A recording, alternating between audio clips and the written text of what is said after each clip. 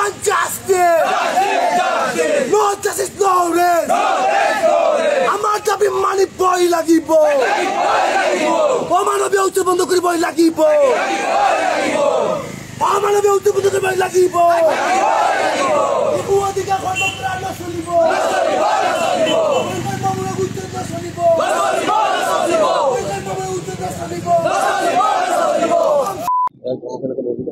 চাওক, অসমখনত যি ধৰণে অশান্তিময় পৰিৱেশৰ সৃষ্টি হৈছে বিগত কেইবা বছৰৰ পৰা, এই চৰকাৰখনে অহাৰ পিছৰ পৰা সাম্প্ৰদায়িক মনোভাৱেৰে, একপক্ষীয় মনোভাৱেৰে এটা নিৰ্দিষ্ট জাতিৰ ওপৰত বাৰম্বাৰ আক্ৰমণ কৰি আছে।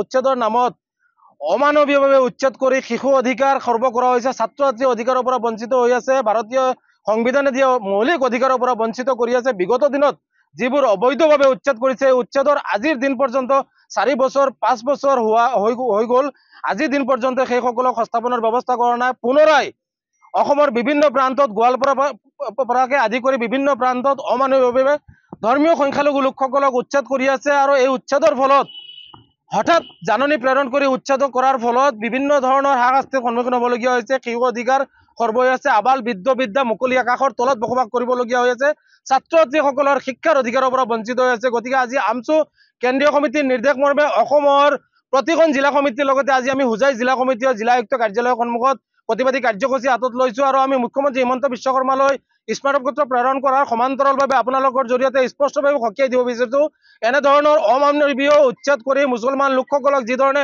নিঃশেষ কৰাৰ পৰিকল্পনা কৰি আছে, এই পৰিকল্পনা আমচুৱে কোনো কাৰণতে সহ্য নকৰে।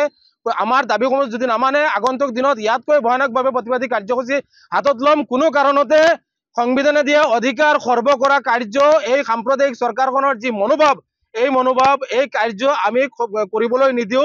প্ৰয়োজন সাপেক্ষে গণতান্ত্ৰিক পদ্ধতিৰে আমি ৰাজপথ অৱৰোধ কৰি হলেও প্ৰতিবাদী কাৰ্যসূচী হাতত ল'ম। মৌলিক অধিকাৰ কাঢ়ি অনাৰ ক্ষেত্ৰত আমচুৱে বদ্ধপৰিকৰ আৰু যিকোনো ধৰণৰ প্ৰতিবাদী কাৰ্যসূচী হাতত লৈ অসহায় লোকসকলক সহায় কৰাৰ ক্ষেত্ৰত আগবাঢ়ি যাব স্পষ্ট। আমাৰ মূল দাবীসমূহ হৈছে যে এই অমানৱীয় যি উচ্ছেদৰ ফলত যি ধৰণে লোকসকলক হাৰাশাস্তি দিয়া আছে, উচ্ছেদ হ'ব লাগে, কিন্তু উচ্ছেদৰ পূৰ্বে এই ভূমিৰ লোকসকলক ভূমি প্ৰদান কৰি উচ্ছেদ কৰিব লাগে, ভূমিৰ লোকসকলক ভূমি প্ৰদান কৰিব লাগে, আৰু শিশুসকলক সুৰক্ষা প্ৰদান কৰিব লাগে। ছাত্ৰ ছাত্ৰীসকলৰ শিক্ষাৰ অধিকাৰ বঞ্চিত হৈ আছে। গতিকে এই ক্ষেত্ৰত চৰকাৰখনে লক্ষ্য ৰাখিব লাগে। মহিলাসকলৰ অধিকাৰ খৰ্ব হৈ আছে। মুঠতে অন্ন বস্ত্ৰ বাসস্থানৰ ক্ষেত্ৰত চৰকাৰখনে যি ধৰণে তেওঁলোকৰ দায়িত্ব আছে, সংবিধানে এই লোকসকলক যি অধিকাৰ দিছে, এই অধিকাৰ দি ভূমি প্ৰদান কৰি এই লোকসকলক উচ্ছেদ কৰিব লাগে, অন্যথা আমি ইয়াৰ বিৰোধ কৰি আছো, আগন্তুক দিনত কৰি যাম। ছাত্ৰ ইউনিয়ন আমচুৰ কেন্দ্ৰীয় সমিতিৰ নিৰ্দেশ মৰ্মে গোৱালপাৰাৰ যি অমানৱীয় উচ্ছেদ হৈছে, উচ্ছেদৰ বিৰুদ্ধে সমগ্ৰ অসমৰ লগতে আমচু হোজাই জিলা সমিতিয়ে হোজাই জিলা আয়ুক্তৰ কাৰ্যালয়ৰ সন্মুখত 2 ঘণ্টীয়া অৱস্থান ধৰ্মঘট আমি পালন কৰি আছো। আমাৰ এটাই দাবী যে সমগ্ৰ অসমত যি ধৰণে অমানৱীয় হিমন্ত বিশ্ব চৰকাৰে যি ধৰণে অমানৱীয় উচ্ছেদ সংগঠিত কৰিছে, যাৰ ফলত শ শিশু মহিলাৰ অধিকাৰ খৰ্ব হৈ আছে, শিশু অধিকাৰ খৰ্ব হৈ আছে, মহিলা অধিকাৰ খৰ্ব হৈ আছে, আৰু তেখেতসকলক অমানৱীয়ভাৱে হিউমেন ৰাইটছ ভাইলেশ্যন কৰি আছে। গতিকে প্ৰতিগৰাকী লোকক চৰকাৰী মাটিৰ পৰা যদি উচ্ছেদ কৰে, তেনেহ'লে তেখেতসকলক পুনৰ সংস্থাপন দি উচ্ছেদ কৰিব লাগে। এইটোৱে আমচুৰ দাবী আছিল, আগৰে পৰা আছিল আৰু আজিও দাবী আছিল। গতিকে এই যিসকল লোকসকলক আপোনাৰ গোৱালপাৰাৰ পৰা আৰম্ভ কৰি ধলপুৰৰ পৰা আৰম্ভ কৰি লামডিং সংৰক্ষিত বনাঞ্চলত যিসকলৰ উচ্ছেদ কৰা হৈছে, সকলোকে পুনৰ সংস্থাপন কৰাৰ আমি দাবী জনালো।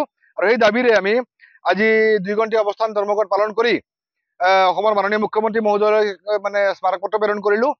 আপোনালোকে ইতিমধ্যে গম পায় যে লামডিং সংৰক্ষিত বনাঞ্চলত যোৱা 2021 বৰ্ষত উচ্ছেদ হৈছিল, আৰু সেইসকলক পুনৰ সংস্থাপন দিয়া হ'ব বুলি কোৱাৰ পিছতো আজি প্ৰায় 4 বছৰত তেখেতসকলক পুনৰ সংস্থাপন দিয়া হোৱা নাই। প্ৰায় 40 জনৰো অধিক শিশু মহিলা বৃদ্ধৰ মৃত্যু হৈছে বিনা চিকিৎসাত। অনুৰূপ ঘটনা এতিয়া গোৱালপাৰাতো হ'ব।